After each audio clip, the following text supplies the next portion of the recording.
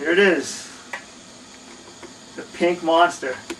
This thing's been wrapped around my neck for about 20 years now.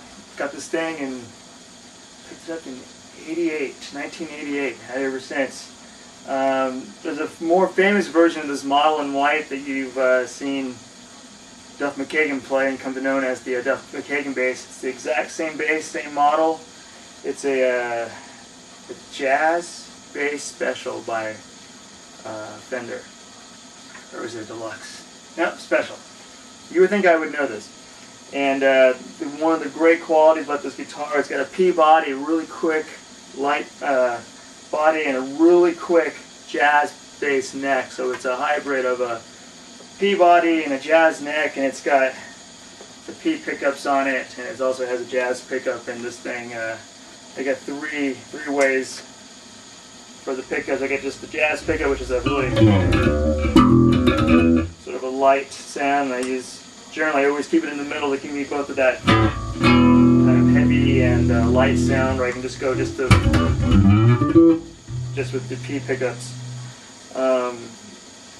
I used to get heckled about this bass all the time, and every once in a while we'll play with a brand new band. They'll look at this guitar like I'm crazy, and I really enjoy it. It's my favorite guitar in the collection, and this is the bass you hear on the Power of One album.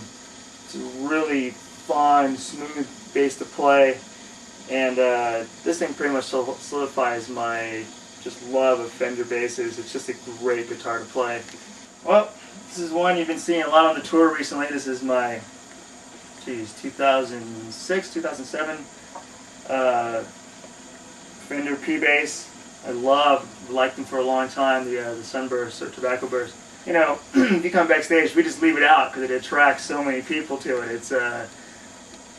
It's amazing. You know, Eddie Van Halen has his red and white striped guitar, and you see this, and you always see this guitar, and you think Frank from Ninth Circle. Earlier, it's my main bass.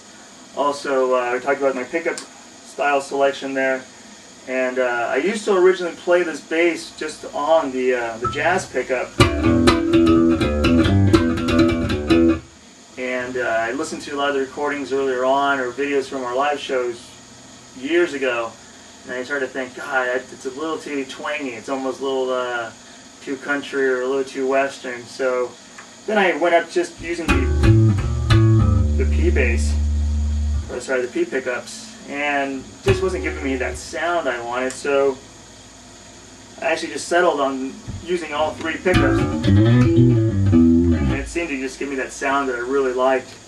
Another thing you'll see me do on stage quite a bit, and you can see them in pictures, is you'll see me and I'll sometimes put my fingers on all three volume knobs here. And what I'm doing, actually one of them is a tone knob, but I'm always making sure they're always up all the way on 12.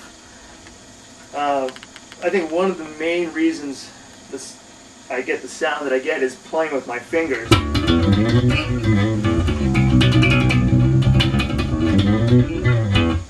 And it definitely comes from Steve Harris and trying to emulate that, and it comes from years of practice also. I've seen plenty of interviews with Steve saying that he uses just two fingers to play, And I tried for the life of me to get two fingers, and I think I did use two fingers, but I think my ring finger actually gets in there, so I really can't separate the motion between those two fingers that well. So if people ask me how many fingers I use, I'll say 3. So I'm going to take care of this right now, because I know if we put this video up and everyone's going to go, what the hell is this Explorer style guitar doing on Frank's wall? That's my my Dean guitar there. And you might be surprised, but I don't always play bass. I rarely play bass when we're not in the studio or not on the road. I most often play guitar, and I do the majority of my writing on an acoustic guitar.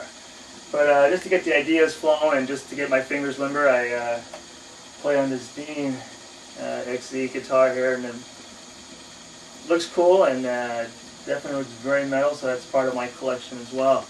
So I hope you enjoyed learning a little bit about my guitars and my sound, and we'll definitely see you on the road in 2010, and we'll definitely see you on March 31st with Hammerfall.